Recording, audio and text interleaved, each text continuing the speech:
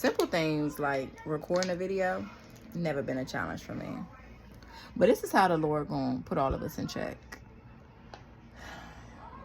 Because he gonna make sure that inner man is not only checked, but made right. Not according to my standards, but his standards.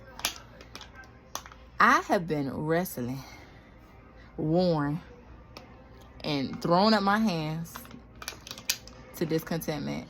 And for real, it took a lot for me to even accept the fact that I've been discontent. And if you're somebody that is like, but I love God, I go to church, I read my Bible, I fast and I pray, I'm committed to his word, and then he tell you to do something, post a video, write the vision that he told you, go help that person, quit the job, stay in that home, pay off that debt. And then we be like, but that's not what I want though. But that's not how I want to do it though. Why would you ask me to do it but not give me this other thing to do it? Because we assume that if we have all these bullet point items, then it'll make it easier to do the thing. But in our weakness, his grace is sufficient. And I'm just sitting here talking to Malcolm right before I finish this video. And my husband is just listening. But in that moment of just having him listen, it helped so many thoughts that I've been recycling for weeks pour out.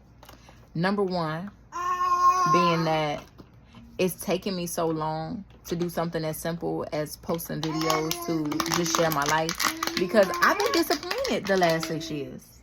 And it ain't been so many disappointments where it outweighs the blessing and the goodness of God, like in no way, shape, or form.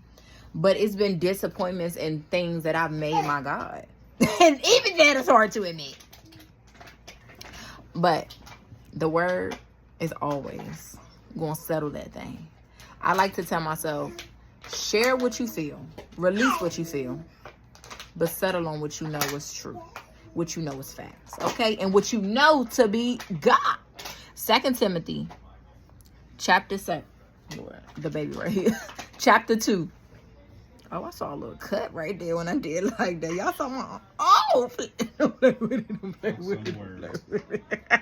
Focus on the word. 2 Timothy, verse 2. Chapter 2, verse 7. Is that the right one? Lord, no. 2 Timothy, chapter 1. Y'all, this is just impromptu. You're getting it how I'm giving it. 2 Timothy, chapter 1, verse 7. For the Spirit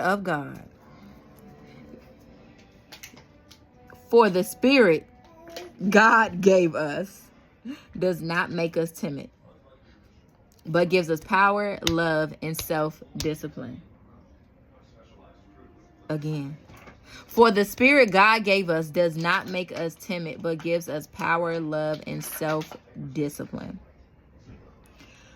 For the Spirit God gave us does not make us timid, but gives us power, love, and self-discipline.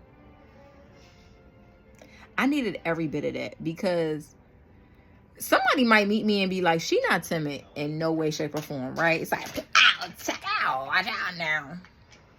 But timidity for me shows up in different ways. Overthinking.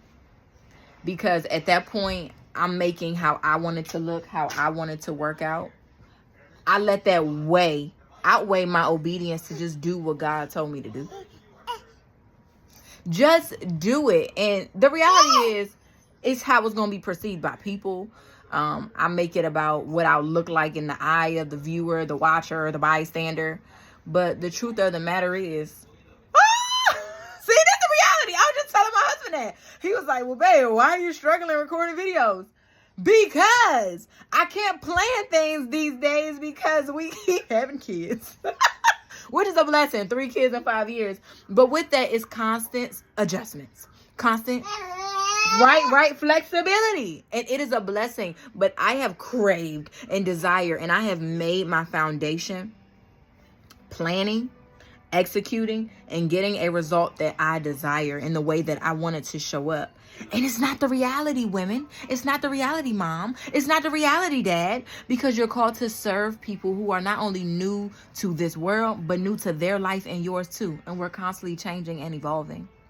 And if I cannot allow the evolution in my house to take place, how in the world am I going to allow the evolution that God want to have in my life to take place?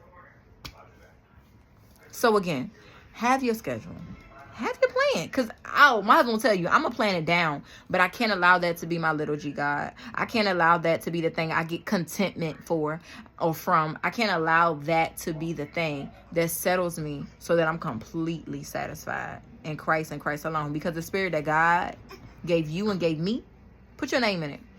4, the spirit God gave Jamaica does not make me timid, but gives me power, love, and self-discipline.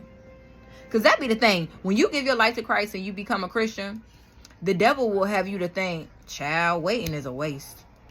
I mean, this whole faith thing, it ain't working in your favor because things still ain't happening. You're declaring it, you're speaking it, you're fasting and tarrying for it. You're letting other people know by faith what God is going to do, and it's not showing up in your life. And the truth of the matter is, it takes a lot of discipline to pray. And I mean, not just pray about you, but pray about other people. And pray without ceasing. 1 Thessalonians.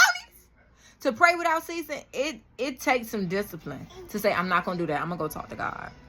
I'm not going to listen to that. I'm going to go wait on God. I'm not going to consume that.